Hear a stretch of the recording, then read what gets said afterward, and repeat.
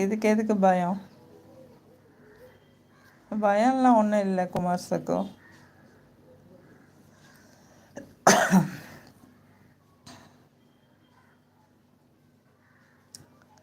இப்பெல்லாம் முகம் காட்டுறாங்களே.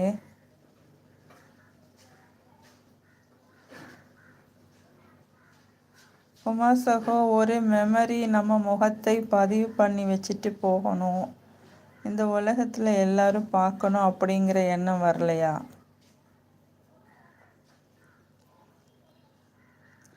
நம்ம முகம் தெரியணும்னு அவசியம் இல்லை, நம்ம செய்கிற செயல்கள் மக்கள் மனசில் பதிஞ்சால் போதும்.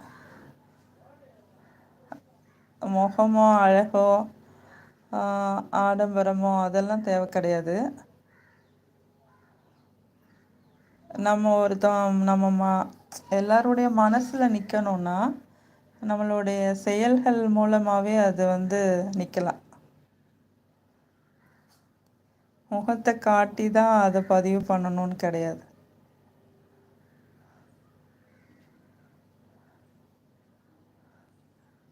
முகம் முக்கியம் இல்லைல்ல குமார் சகோ, எண்ணங்கள் மனசு தானே முக்கியம். நீங்கள் கேட்டிருக்கிறதுலே அதில் பதில் இருக்கு பாருங்க. ஒரு மெமரி நம்ம முகத்தை நம்ம முகத்தை பதிவு பண்ணி வச்சுட்டு போகணும், இந்த உலகத்தில் எல்லோரும் பார்க்கணும் அப்படிங்கிற எண்ணம் வரலையா? இந்த இடத்துல எண்ணம் தான் நிற்கணுமே தவிர முகம் தேவையில்லை, தேவைப்பட்டால் காட்டிக்கலாம். இன்னொன்று சொல்கிறேன் ஆனால் எனக்கு அப்படி தோண மாட்டேங்குது. எல்லாம் வெளிப்படையாக இருக்கணும்னு ஆசை, மானத்தை ஒன்று தவிர எல்லாமே ஓப்பன் டைப். இப்போ உள்ள உலகத்தில் எல்லாமே ஓப்பனாக தான் இருக்காங்க. சர்ச்சைகள் வேண்டாம், குழப்பங்கள் வேண்டாம். அது ஒரு ரீசன்.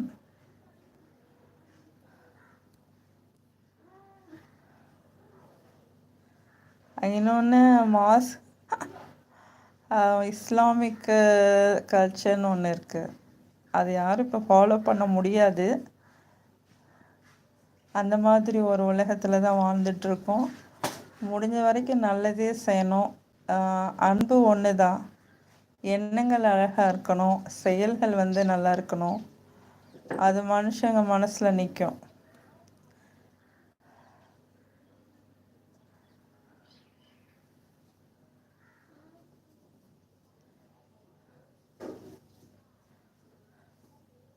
இப்போது நம்ம நாட்டை வச்சாங்க, காமராஜர் ஆண்டார்.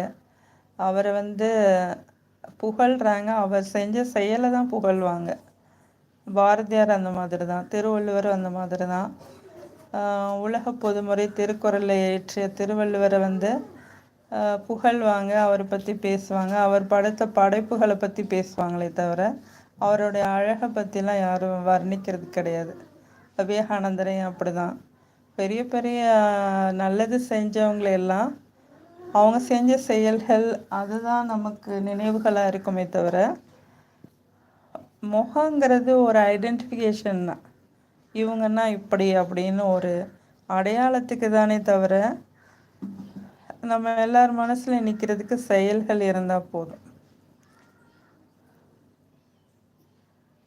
நான் சொன்னதில் உங்களுக்கு உதாரணங்கள் புரிஞ்சிருக்குன்னு நினைக்கிறேன். இப்போ ஜெயலலிதா அம்மா இருக்காங்க, அவங்க என்னென்ன செஞ்சாங்கன்னு நினப்பாங்க. அவங்க ஒரு ஆக்ட்ரஸாக இருந்தனால அவங்க நல்லா அழகாக இருப்பாங்க, நல்லா பெர்ஃபார்மன்ஸ் பண்ணுவாங்க, நல்லா டான்ஸ் ஆடுவாங்க. அந்த மாதிரி அவங்க செஞ்ச செயல்கள் படைப்புகள் பற்றி தான் பேசுவாங்களே தவிர வேறு எதுவும்லாம் நிற்காது.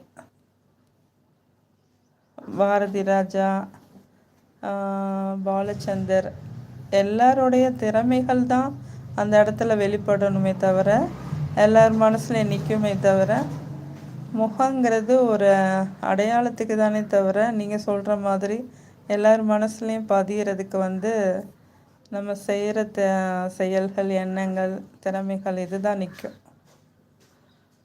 என்ன நான் சொல்கிறது குமார் சகோ?